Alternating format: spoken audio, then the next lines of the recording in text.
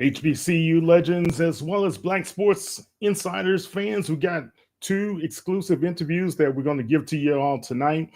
First up is going to be Jordan Chiles, who is the two-time Olympic champion, best friend of Simone Biles, as well as a young lady who has a lot of perseverance and a good story behind her.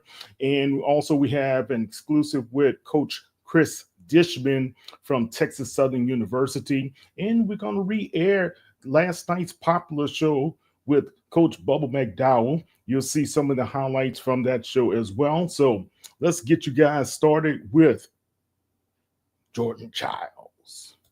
It was too much, but in those times, it was the women around me, my coaches, my teammates, my family, and my friends who lifted me up when I couldn't see it for myself anymore. It was my best friend Simone who gave me hope and a new path to my dream when I was about to give it up. Women are amazing. I'm gonna say it again. Women are amazing. Yeah, and that amazing woman who just spoke is joining us today. That's Miss Jordan Chiles. How you doing, Jordan? I'm good. How are you? Oh my gosh, that video was so like, wow, you'll make me cry over here. I thought it was fitting because, you know, everything you have done and accomplished, I was rooting for you as well as millions of other Americans as well as fans across the world when you became the two-time Olympian as well as a gold medalist with the team. You guys did a fantastic job. I've been watching your career for quite some time. Congratulations. And I'm very, very proud of you. No, thank you so much. That honestly, I can tell you that was my first ever keynote. And Really? I was very nervous, but eventually I think once I realized that what I was saying was very impactful to myself, I honestly was just like, you know what? Stop being nervous and just speak your truth. And so I was really, during that time frame, I was like, okay, wow, like these people are really engaged in what I'm saying. Like this is cool. So I really appreciate you playing that, and it's something that I'm very proud of myself for doing. Yeah, you've been very, very busy, and I am proud of you as well as I know a lot of your fans have been. But you've been very busy. I saw you over at the stock exchange, and you were also with the Rockheads as well. You're just living the great life right now in New York City. My son's in New York, man. I know he will have loved to been able to see you. But one thing I like about you and have always loved about you is your great spirit and your spirit to overcome a lot of trials and tribulations. Talk about what's Amen. going on with you, as well as this great campaign, the Candle Day campaign with Bath and Body Works. So, like you were saying, yes, I have been everywhere. I have been living that New York life recently. It's been really cool just having these amazing opportunities and being able to showcase that I have other things that I can do just outside of my sport. And having this campaign and this little this sponsorship with Bath and Body Works is honestly amazing. Bath and Body Works has been something that I've been able to live with my whole life ever since I was little. Seeing walking in your house and you smell the candles and you know which candle scent it is and all this stuff. So it's really cool having those opportunities and to see what else Bath and Body Works can do. So this big day that we're talking about, right, is the biggest day for Bath and Body Works. It's like their Super Bowl, or it's like their Black Friday, or it's like, you see Beyonce walking in New York City. Like this is the biggest day for Bath and Body Works. And knowing that I can be a part of this, it just means the world. It feels like I'm back on that Olympic stage all over again, performing for my country. Like it's really amazing. And, they are very authentic to who they are. And that's how I am. I'm authentic. I am very, humble about who I am. I want to give the younger generation something to look forward to. And Bath and Body Works was somebody that I just wanted to be able to connect with and have this, day for them. Well, it's a great day. People love Bath and Body Works, especially the scented lotions and perfumes and things to that nature. But one thing is great about them, they have holiday candles and holiday themes as well. Talk about your favorites. I honestly love, so my favorite holiday candles, are typically from Halloween all the way until Christmas, because those Oh, are the okay. holidays, right? Mm-hmm. So my favorite really like scent when it comes to holidays, like during the fall time, is their pumpkin scents. And I think it's really Really? cool because I feel like when you smell it, it feels like they have pumpkin latte. One of them is pumpkin latte, and you smell it, it smells like a pumpkin latte. And I honestly just think having the ability to create scents as if you were baking, or as you were cooking something in your house, or you made coffee and you didn't even make it, and somebody walks in, I think that's really cool because it's like, especially for kids, and they go into their parent and be like, "Mom, did you make cookies?"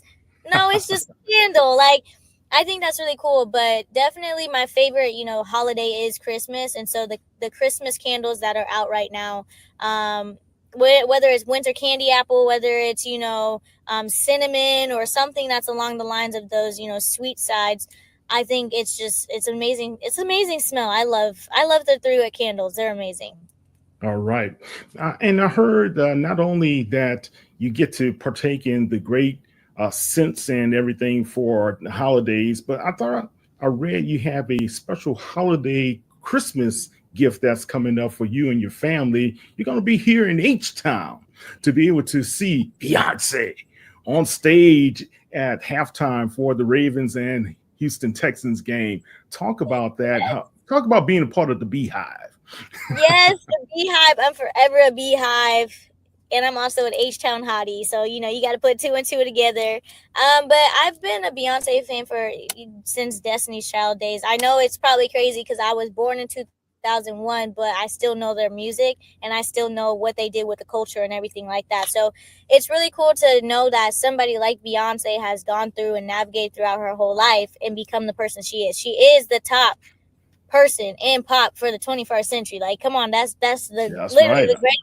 She's the queen of pop. Like, so yeah, giving this opportunity to my family, and also being able to watch an icon, a legend, on a day where everybody gets to come together and celebrate, I think is really cool. It's never something that you just be like waking up in the morning and have the opportunity to be like, yeah, I'm going to a Texans and Ravens game and get to see Beyonce. That's very rare. You don't get that. So as a Christmas gift to my family, I was like, y'all want to go? I was gonna go regardless. Like, but Yeah. y'all want to go? So just being able to have that ability to do that for my family, I think is really cool. And again, everybody was like, "Oh my gosh, I get to see Beyonce." Some people were like, "Oh my gosh, I've never watched the Texans or the Ravens," or some of them were like, "I've never even been to a football game." So it's really cool just to be able to have that. So I'm really excited. I like Christmas. We're still opening presents and doing our traditional stuff that we do, but we're just gonna add a little football game in the midst of it. All right. Great. I covered the historically black colleges and universities, as well as the gymnasts that have come out of Fisk University, as well as Tugelo, Talladega, and now Wilberforce has a team. And do you know Morgan Price and Kristen Johnson? Now Kristen's over at Temple. Yes, I do know who they are. Morgan Price, actually, I believe she goes to Fisk, right? Correct. Yes, she honestly, I have seen a lot of her work, and I've seen what she's done at Fisk University. One of my old teammates I used to go to gym with, she goes to Fisk, Jordan Cromartie, and I've seen what they've been doing within Fisk. I love HBCUs. If a gymnastics community was during my time that HBCU was happening, I would have gone. But unfortunately, it did come after the fact that I committed. But I really enjoy the fact that HBCUs are being seen and being recognized, because being a woman of color, it is already hard to be seen just in general. So, Morgan, I honestly just seeing what she did, going viral for all the things that she was, records and all the stuff that she was doing last season, amazing. Like, she's a talented, gifted athlete, and I can't wait to see what Fisk has in hold for 2025. I think it's really cool knowing that an HBCU is on the board, and there are other HBCUs that get to enjoy their time of leveling up and having this opportunity. Yes, national champion in her second year. And last Yeah. question before we get off the line, talk about what's next for you. What can the fans expect to see from Jordan Childs? Well, I am heading back to UCLA, which I'm really, really excited for. So hopefully everybody gets to enjoy the 2025 season as much as I do. I think honestly now it's just knowing that I did just write a memoir for basically my story. I'm that Oh, girl. It comes congrats. out in March. Thank you. You can pre-order it now. So I definitely can say that is a huge accomplishment for myself. It's a huge project that I'm very, very proud of, and that I was, able to actually tell my story, and hopefully people get to read it and understand where I'm coming from as not just myself, but also as an athlete. But other than that, I've just been enjoying life. I've been, going city to city, state to state, enjoying everything that I can, all these opportunities coming my way. But I definitely can say I can't wait for 2025, and we'll see where it goes. Yeah, you've been enjoying life. I see you're a fast fashionista as well. You have great fashion sense, but you and Simone Biles had a very great relationship. Talk about that relationship before you leave. Yes, me and Simone have, gone through a lot, ups and downs, left and right, did through different roads as being, the people that we are. She is the most amazing person. I love her to death. I've known her for a very long time, ever since I was really little. And Biles and Chiles will forever be Biles and Chiles. I think people kind of, it's like, oh, what's going to happen with this dynamic duo, right? And this dynamic duo is never going to, it's going to be, we're never going to go from each other. We're always going to be right by each other's side and support each other as best as we can. And just seeing her being able to do the things that she does, it gives me more motivation to continue to be the person that I am. So yeah, I love her to death, literally. And I can't wait to see what 2025 has in store for her. Biles and Childs, I love that. But tell everybody one more time the name of your memoir. The name of my memoir is I'm That Girl, Living in the Power of I'm Your that Dream. girl. All right. Yes. Well, congratulations to you. Have a great holiday, and hopefully, I'll get a chance to see you at the Texans game. Yes, thank you so much, and happy holidays to you. All right. Take care. Guys, that's Miss Jordan Childs, Olympic champion. Take care. Bye bye. Bye.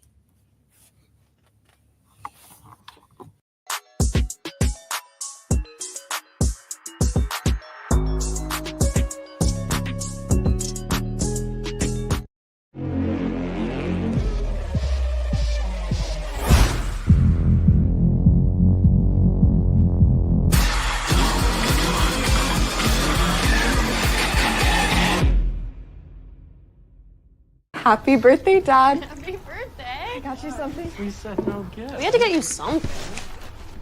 Thank you, honey. I got you this. Did you do this yourself? Yeah, I had a great teacher. Happy birthday. I love you. I love you too. Love you. Thank you. This is from me Oh. to you.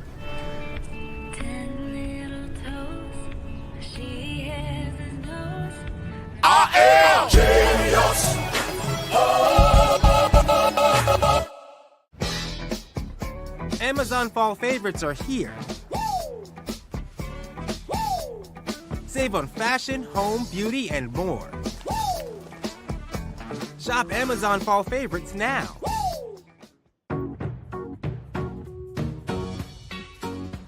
This is not just delivery. This is knowing even superheroes can use a sidekick. Walgreens. Something amazing is happening here. Climate researchers are weathering a data storm. That's because CDW transformed their devices and infrastructure with Lenovo ThinkPads and powerful edge-to-cloud solutions, delivering faster insights and increased performance, giving them the scale to stay ready for whatever's next. Make amazing happen. Lenovo and CDW. What the world needs now is love, sweet love. It's the only thing that there's just to love.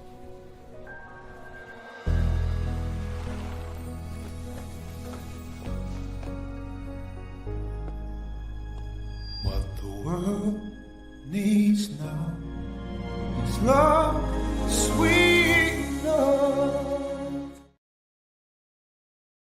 Going 5 and 6 is not an option. However, there are some who would say that's not a bad start. You know, you got in late, you didn't really get a chance to get everything going, right? And You ended the season with back-to-back wins. First time that's happened here since 1979. Wow. It's kind of a big deal. Well, I expect more.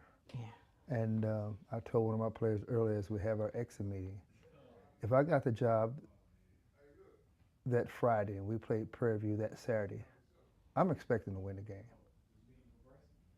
Late start, I can't say, put my marbles on late start. I know a guy who just got fired. He won 2 West championships, and he still was not able to get another contract. Who are they bringing in? Bill Belichick, Nick Saban? Who are they bringing in to not have such a winner as that guy?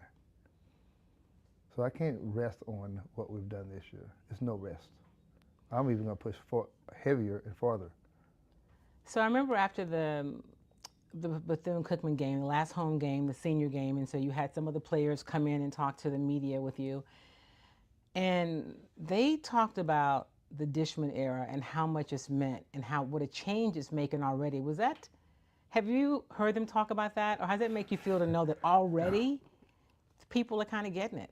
Well, I was very happy to hear those guys because those guys don't, they joke around with me and stuff like that. But to hear them that serious to talk about what I did, it was very touching at that moment. It's still kind of touching because those guys are my senior leaders, and I hate to lose those guys. But now it's time for those juniors. They're our seniors, and it's time for them to step up and take the reins and do the same thing that those guys did. So it was a very touching moment for them guys to hear that, and I'm glad I was able to make a difference in their lives, and I'm always going to be there for them.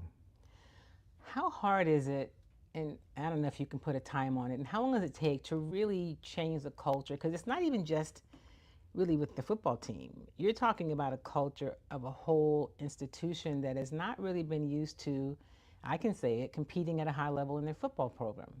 So a lot of people have to kind of get used to, oh, this is how we're doing it now? Well, the players are easy. It's the adults that you have to change. It's the adults don't like change, and that's the sad part about it. Adults, well, we've been doing it like this for years. Yes, you have. But unfortunately, I may have a way where you can help us a little bit faster and better if you just be willing to change. And I don't understand why people don't want to change. If there's a brick wall right there, and every single day I try to run through that big brick wall, and I don't, eventually I have to either try to find a way to climb over or go around it and not try to run through it. I have a friend who's a colleague who's a speaker, and she has one of her keynotes is called Change is Great, You Go First. Right? That's what people kind of think, Exactly. That's the title of her talk, and I think that is what happens. What keeps you inspired and motivated when, you have a tough loss against Jackson State or the loss against Southern or the just not even being who you expected against Rice? How do you keep going and stay positive? After that game, you were like, we still can do it. Right. It's my family. The way I was brought up, my mom and dad, they both are in heaven right now looking down on me. I know my mom is second guessing my calls. I know she is. My dad's over telling her, Nella, be quiet. He know what he's doing. So it's just my family, the way I was raised. And my brothers and sisters are, after every game I get a text from them, no matter win or lose, hey, keep your head up, you guys are on the right track, things looking positive. So it's just having a family like that, and having a wife who has been competitive in different sports that she has been in, and she's always behind me on each and everything I do. It's just having a sense of family around you. And then these coaches that I keep bragging on, these coaches also, they can see at times when I get frustrated and get down, they say, Coach, we have you. And just to hear that from them is a plus. So when you think about what can happen here with this program, maybe not immediately, but as you look, what's the vision? Like, what do you see? A better field house, a stadium on campus. We went to Pine Bluff. They had a nice stadium. I think Prairie View has a nice stadium. Everyone has a better stadium than what we have. We visit downtown. It's not a home stadium. I can't call that a home stadium. It's a visit because they have so many rules what we can't do. You can't get on this. You can't do that. They only have our name on the field. How can that be your home stadium and your name is not on your field? So we're visiting that stadium. If we can get a stadium on campus, a better field house. Now, the two things I am very proud about, our weight room is open and functional. Our academic center down the way is open and functional. Now, if you have time, I'm gonna bring you by there and let you see it. Yeah.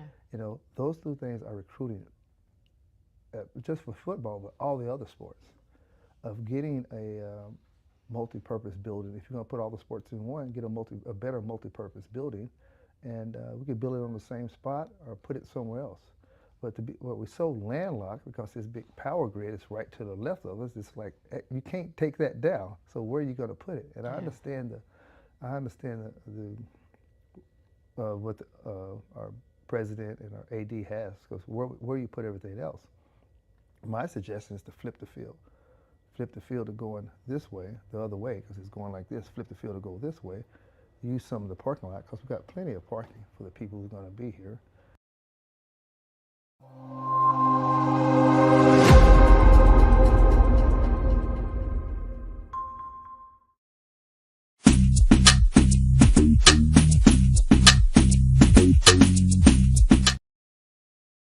Good to be here.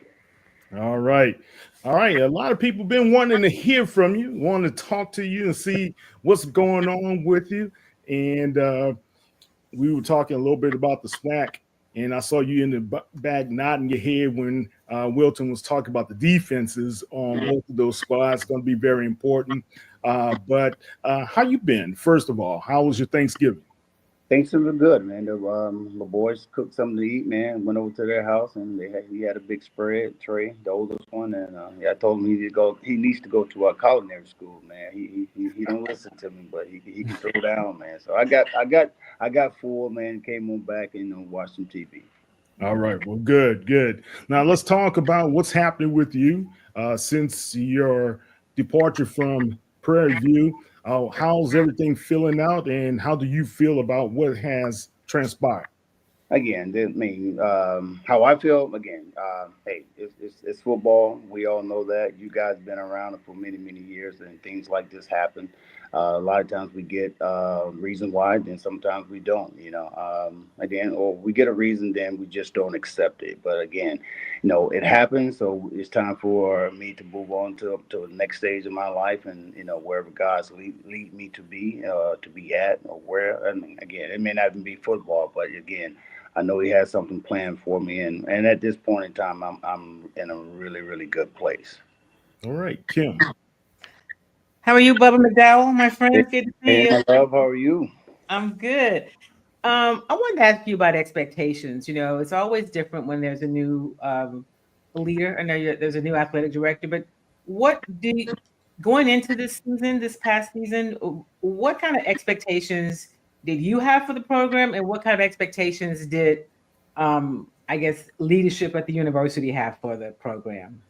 Well, I guess coming off last year, I guess a lot of people had a lot of big expectation of getting back to the SWAC championship this year. And again, also myself, but again, I knew it was going to be hard. One, we had a young O-line, young meaning inexperienced as well.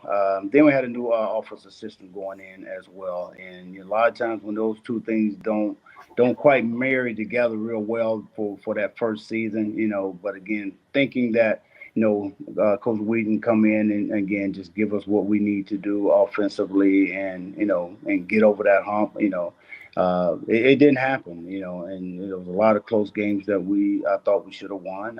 We was in it, but again, it didn't happen for us. So the expectation again was, it was high, and even though we had, like I said, we had them young bucks up front, and and as the season went on, as you guys saw, people exploited that. They took very good advantage of our offensive line. Defensively, we played well throughout the whole year. Wilt? Hey, Coach, how's it going? Hey, Wilt, what's up, buddy?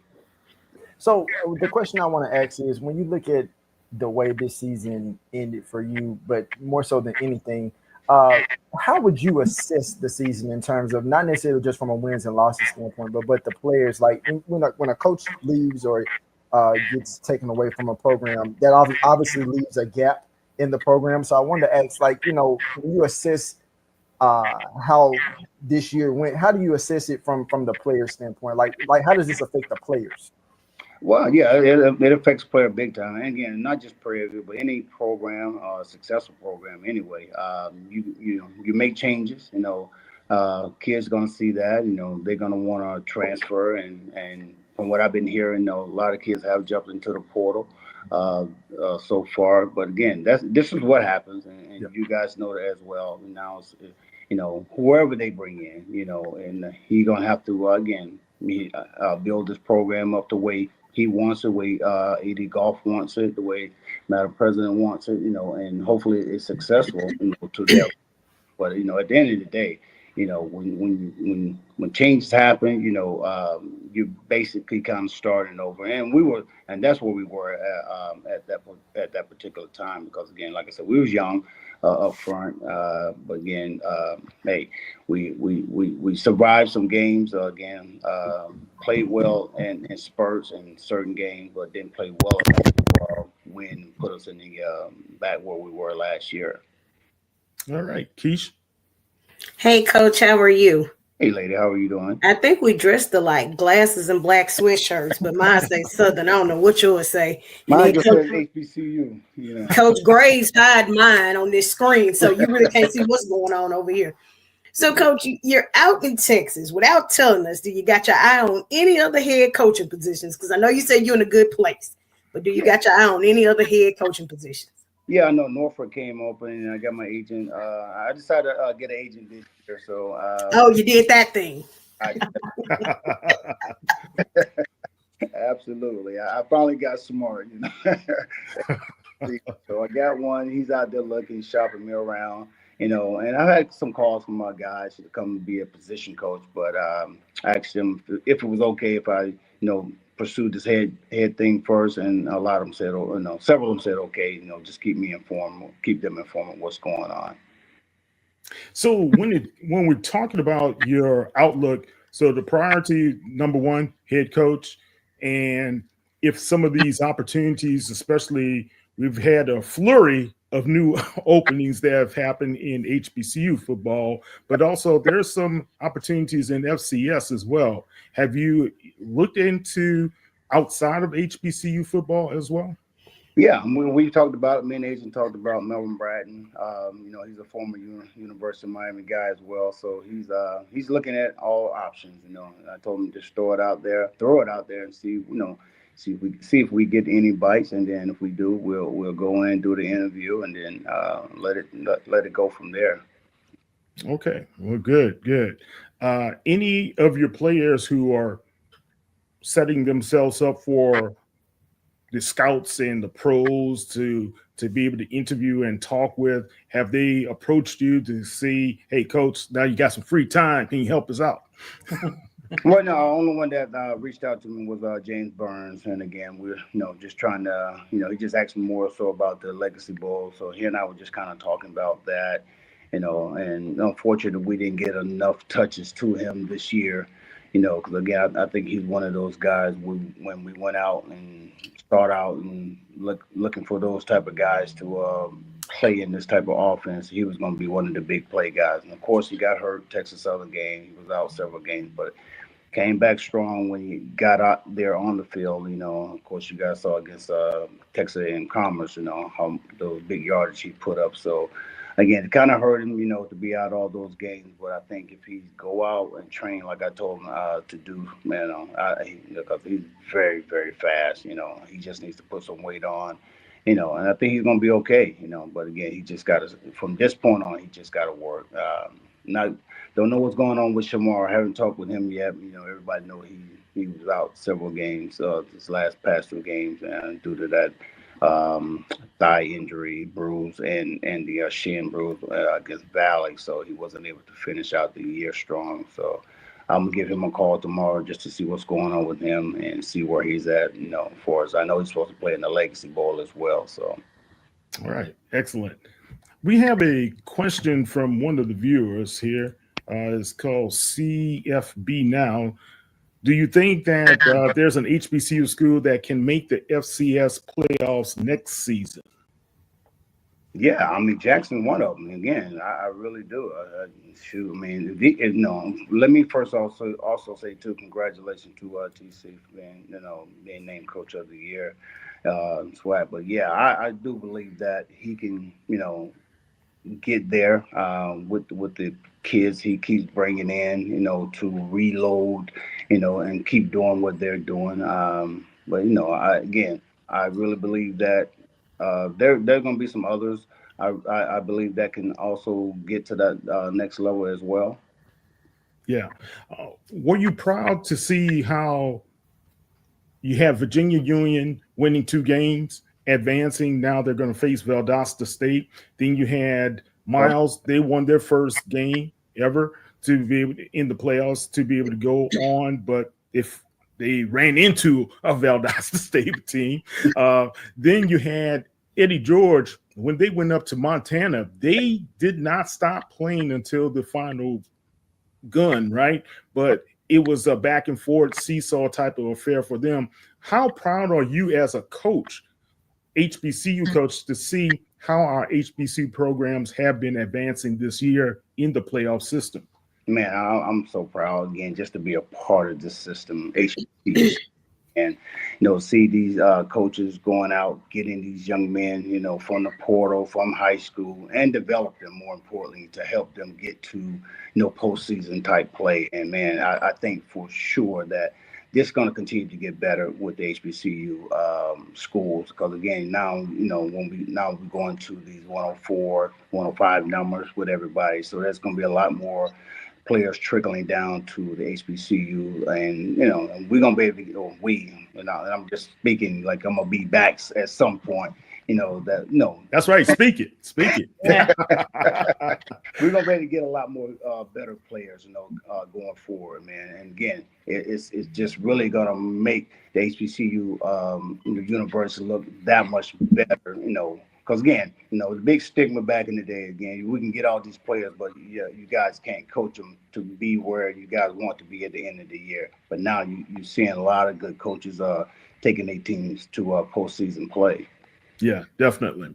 All right, we will have more from Coach Bubba McDowell on the other side of this break, and we're going to talk a little bit more about what he sees in the HBCU spectrum because of the host of vacancies, but also he's going to help us break down some of the keys to the SWAC championship.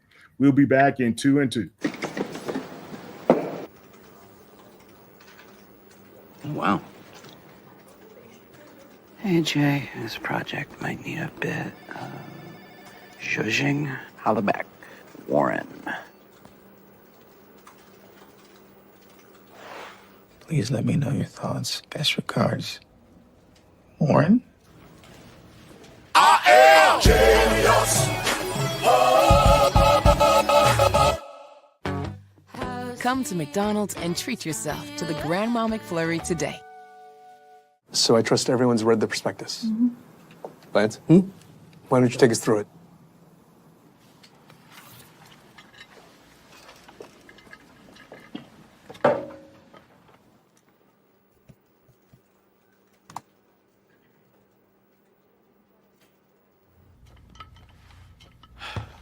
Let's get into the prospectus. Okay. I am genius.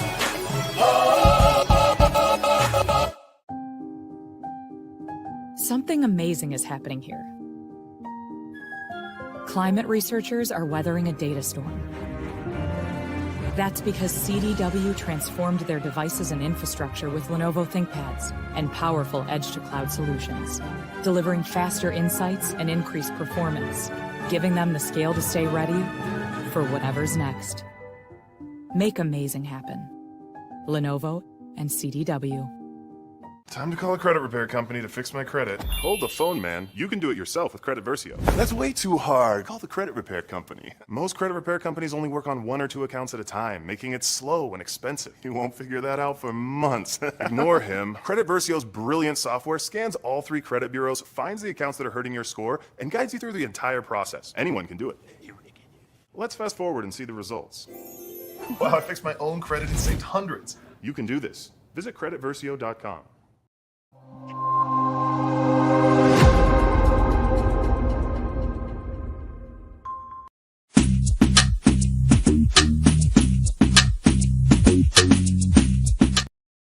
All right, it's time to blow the whistle. Coach is going to give us some of the lowdown and some of the insights on the SWAC championship. But before we get into that, Coach, I know Kim as well as Keisha and Wilt may have a couple of more questions. Talk about this one aspect, and a lot of people kind of forget. Everybody's fire happy these days. They want, let's fire the coach. Let's fire everything we don't like. We had a SWAC championship last year. Let's fire him this year.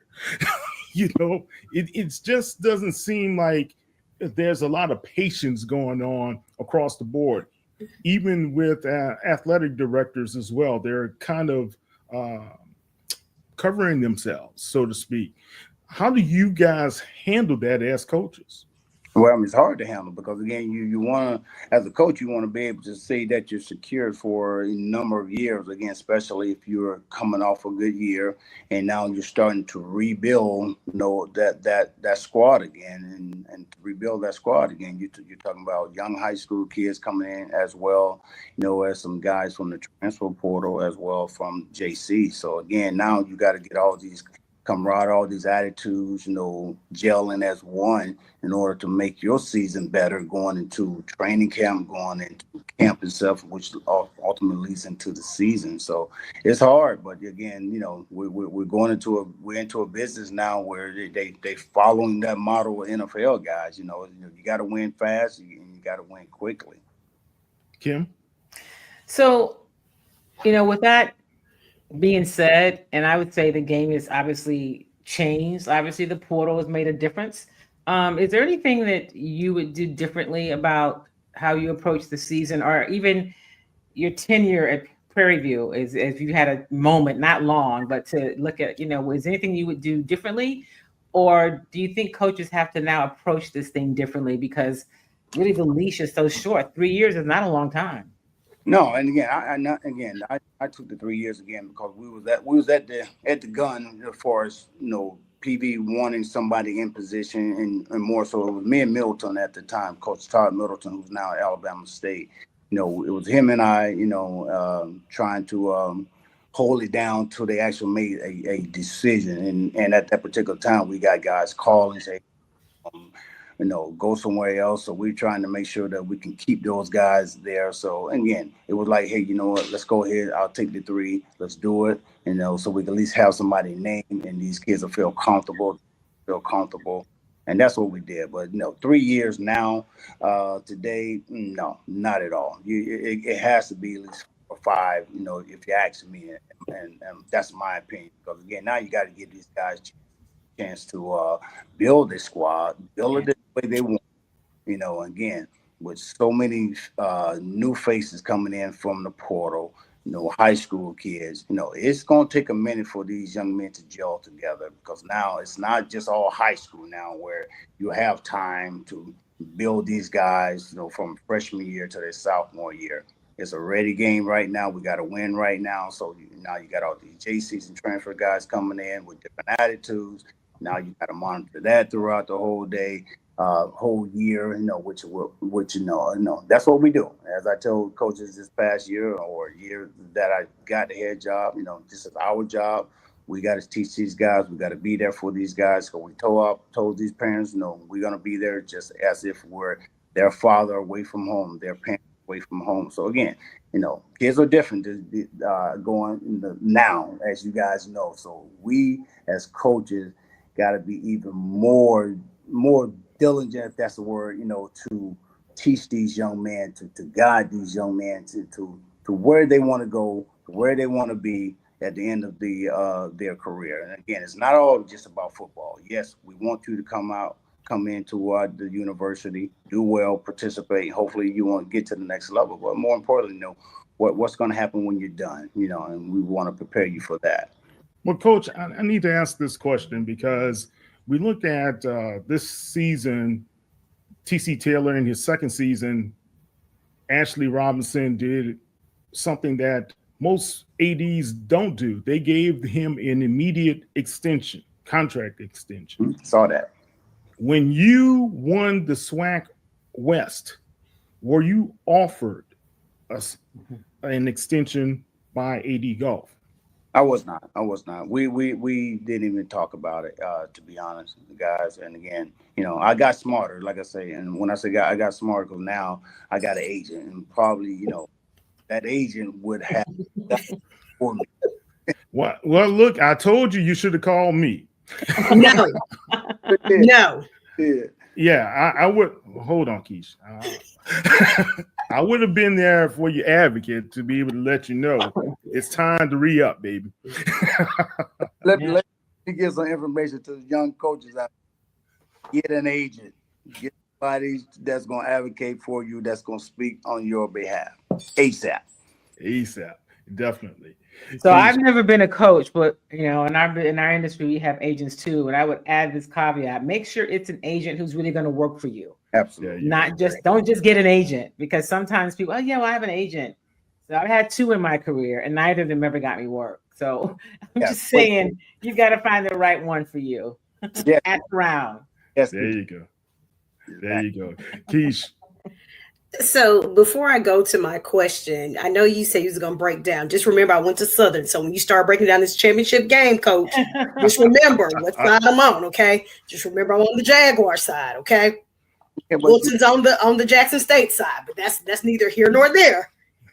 But no, seriously, Coach, outside of coaching, have you ever considered a career like in administration or anything that's still in the realm of sports, but anything outside of coaching? No, be honest with you, no, I haven't thought about it, because again, coaching was all I ever wanted to do, and that was my way really of giving back.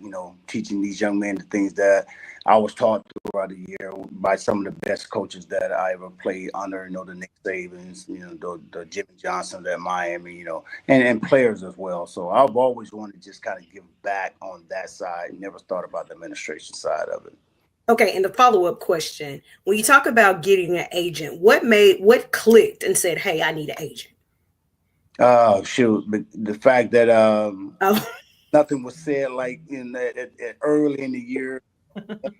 He said, hey, you know what, Coach McDowell did win SWAC, Western side, he made it to this championship. Can we talk about, renewing before the season get going? Give the man, pay the man. That's what Cal we were saying. For it. Yep, Cal would have been the man. All right. Well, can't hear you, Doc. I think you muted. You muted? Can you hear me? Now we can hear you. Okay. Go ahead. So you were talking about the turnaround of coaches amongst the HBCU ranks. We all were kind of talking about that. When you look at the state of the HBCU coaches now, especially when you have coaches like, say, Chennis Berry, who in his first season at South Carolina State is going to be competing in the Celebration Bowl. But obviously, before getting to a MEAC school, he was on a smaller level, coaching at Benedict, where he won titles. What does that say for other coaches coming from smaller HBCU conferences looking to take that next step amongst the HBCU ranks? It's there. I mean, again, you're seeing a lot of good coaches coming from smaller schools, Division 1, 2, Division 2 and 3, stepping up and doing what, that school, that university want them to do. And that's come in, take us to a championship, put us in a championship, get us close to a championship. And you got a lot of coaches that are doing that. And I believe that you're gonna see a lot more as we go forward, in football and especially with HBCU. I mean, you're gonna see a lot of coaches stepping up, and building these programs to where, again, the alumni is going to be happy, the president's going to be happy, and overall, the student body is going to be happy, And then you get all that working together. Now you can start getting a lot of these monies coming into these universities, and then again, that's our ultimate goal. We want to be able to win championship, bring notoriety to these universities, so we can get more monies coming into, so we can build a better program for these athletes. Absolutely. And my follow-up is this, and Kim, you kind of alluded to this in terms of like with the transfer portal and NIL, but more so the transfer portal. Do you think the parity amongst the HBCU ranks, say from like the teams competing in the MEAC and the SWAC and per se like the CIAA and the SIAC, do you think that gap is going to continue to close? Oh yeah, I guarantee you, with the athletes now that are moving around in different areas, different universities, you better believe me. It's definitely the gap is going to close, because again, now you're seeing these athletes that wants to go somewhere but then can't go anywhere, and they go to a university that has really good coaching, really stable, and shoot, next thing you know, they're playing for a championship, or they had a winning season, more importantly. Now, here's a question.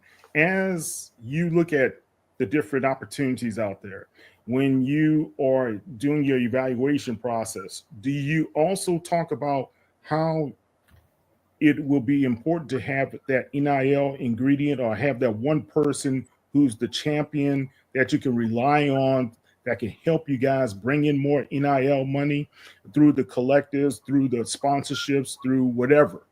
Through whatever. You said that last word. That's where it's at, and that's where we're going. And I don't want to say unfortunate, because again, I'm not against kids not getting paid. But again, we got to be able to have people in place, like a lot of these universities, that's going to say, hey, you know what do you need, Coach McDowell? What do you need, Coach Barry? Let's make this thing work to where we can get you the player you want, to build this program that we think you can build, and let's get to championship, and let's win some games. So we definitely got to have those type of people step up, and do what they say they're going to do, and not just talk about it, but do it.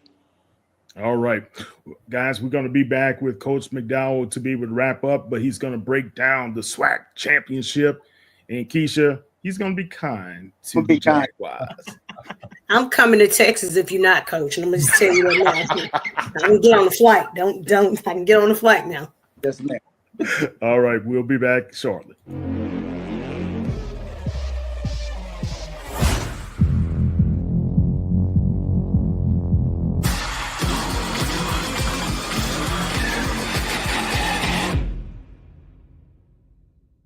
So, what did you think of the pitch I emailed you? Yes, the one that you emailed me. I remember. The pitch of Dog Days. What a title. Here we are. Very Victorian, which I loved. Unique relationship is formed. I love unique relationships. With a twist. I know, because I read it. Great. I'm going to tell them you're interested.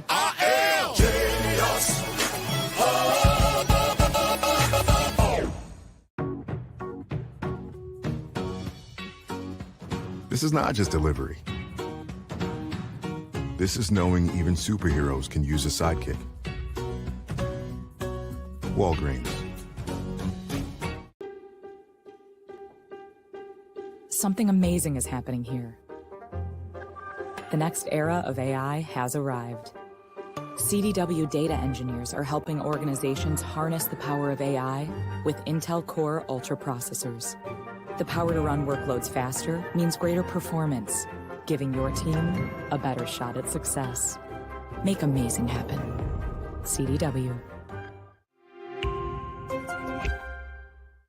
Prime Big Deal Days is coming October 8th and 9th with exclusive savings just for Prime members. You'll feel like a big deal. Shop deals on electronics, fashion, and more this Prime Big Deal Days, October 8th and 9th.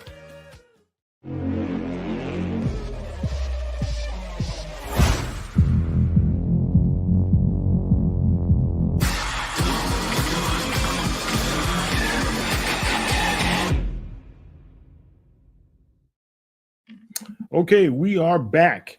And Coach, you got some love out there. Jess, if you guys don't know Jess, she has one of the most remarkable voices, and she's very talented.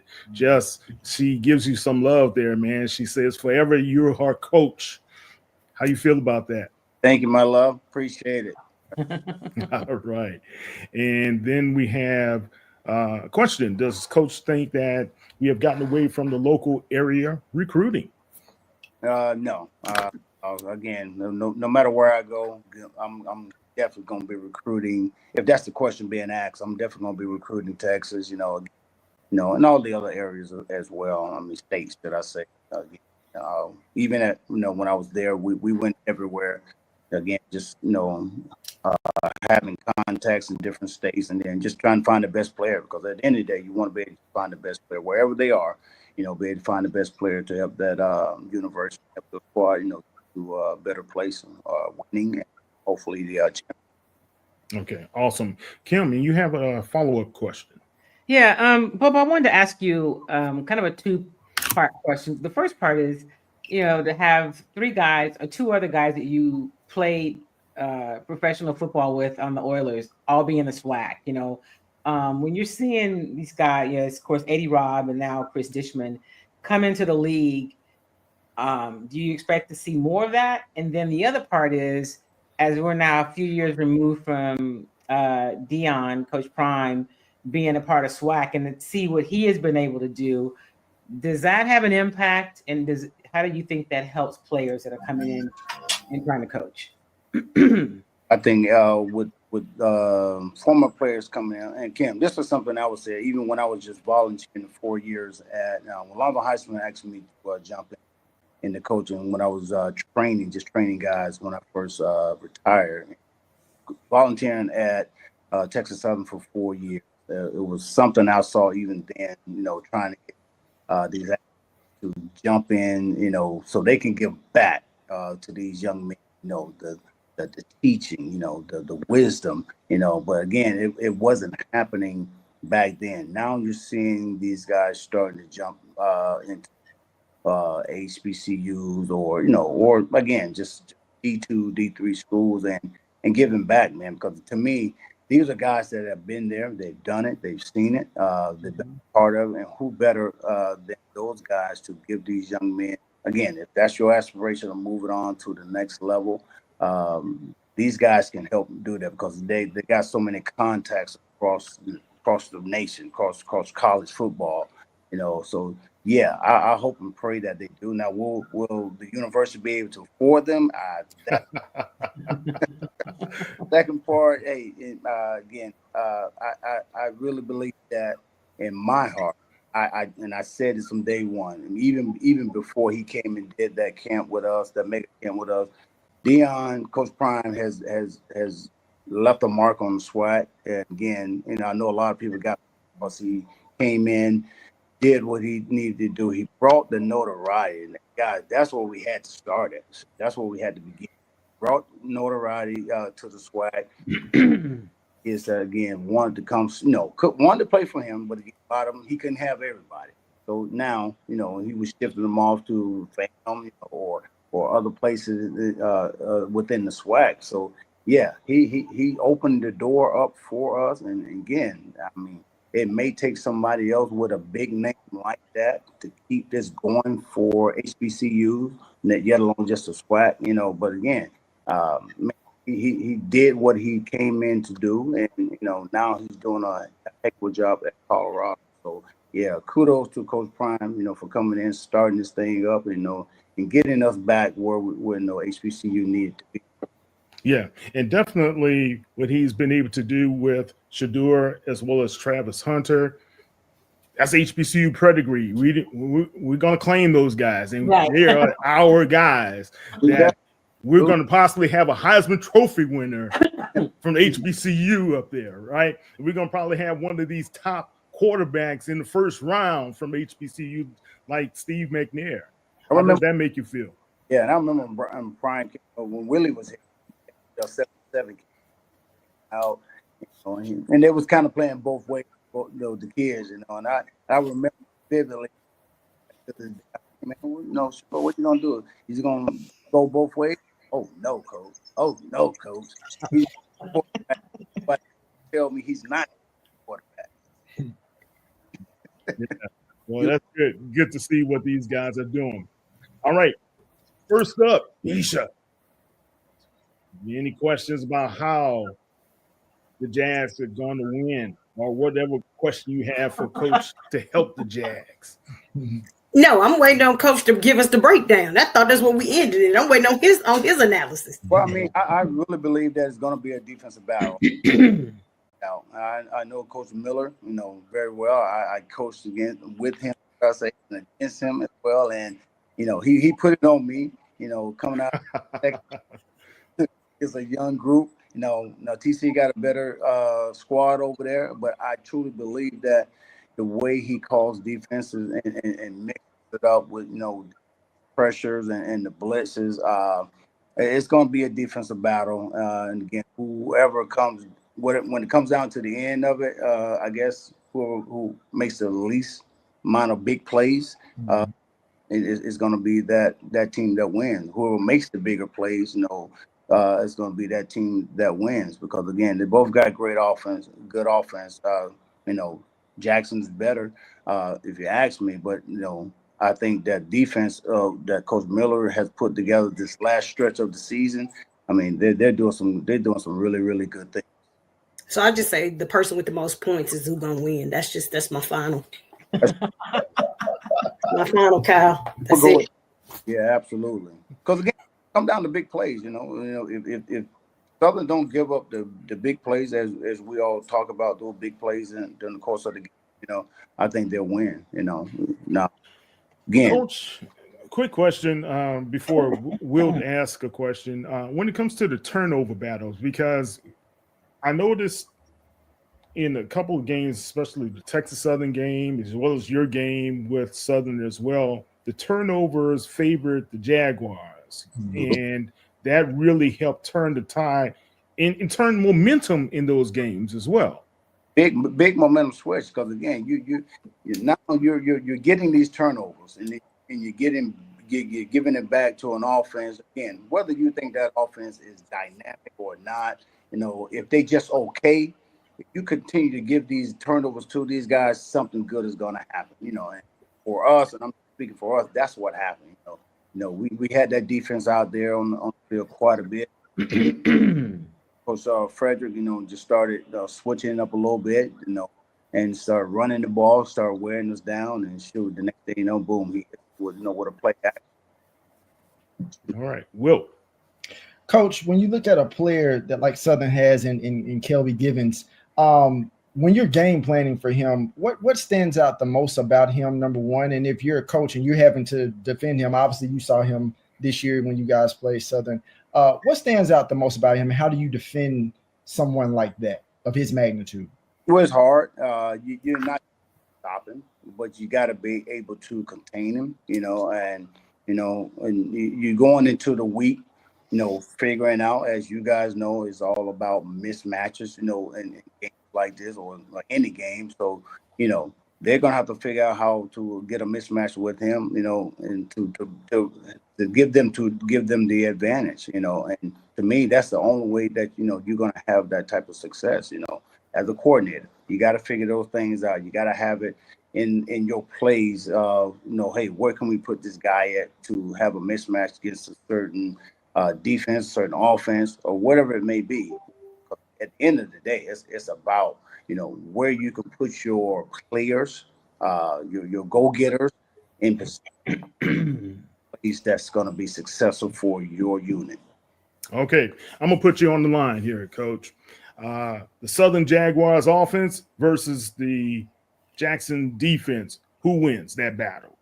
I'm going to go with the Jags. Whoa, okay. All right. Opposite. He didn't want me to get on that plane, Kyle. All right. Oh, my God. The Tigers offense versus the Jaguars defense. Jags. All right. It's kind of even. All right. Okay. So when it comes to the coaching battle, which coaching staff has the advantage here? I'm gonna go with I'm gonna go with TC. I'm gonna go with those guys. Jackson State for sure. I just think they're the guys he brought, to where they are today, with those young men, the studs he have on there. Again, he puts them in position. He uses them well, and that's a big key to me about how you use your players. Okay. My old mentor used to say, Kyle, special teams have to be special.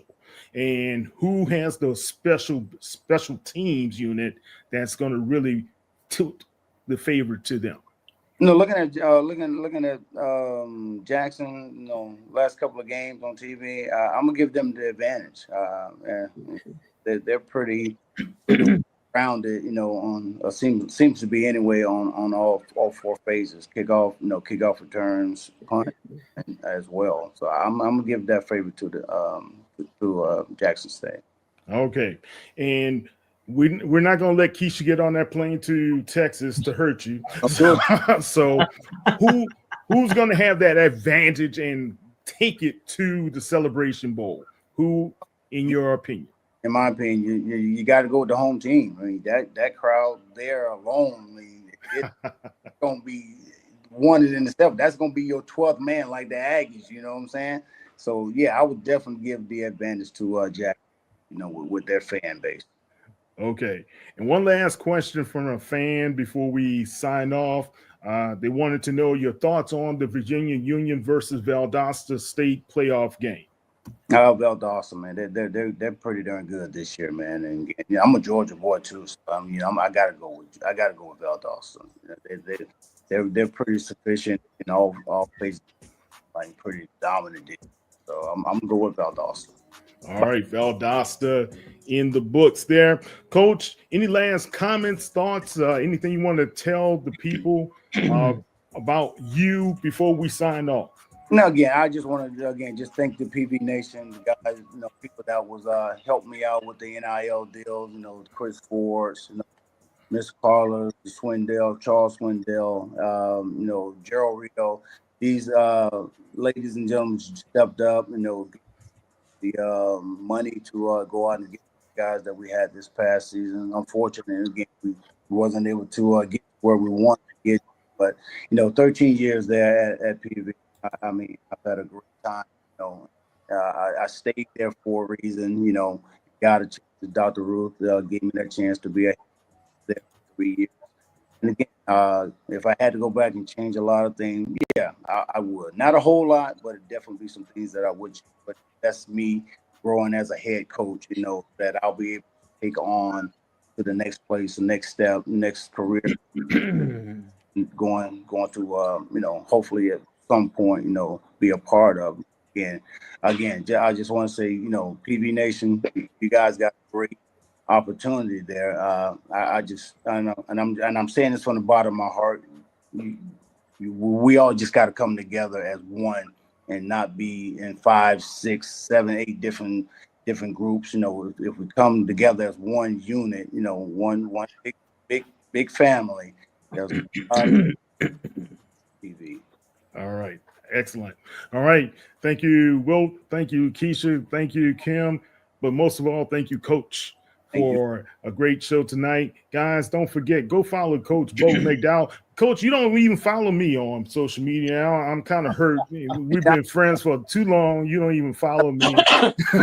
Call out. Man. Just embarrassing. I might have to follow you now that you don't follow. Yeah, it's nothing but love, man. And Coach is going to be back with us in the future. We're going to talk a little bit. And when you have that big announcement, you got to come back to Black Sports Insiders so we can talk about that as well, okay? Yeah, love you guys, man. Anytime y'all need me, I truly appreciate it. All right, guys, don't forget to go follow Coach out there. Don't forget to follow HBCU Legends this weekend when we're doing the coverage of the SWAC championship game. Don't forget to follow Wilton. I think you're going to probably have something on Anscape, right, Wilt? Yeah. All right.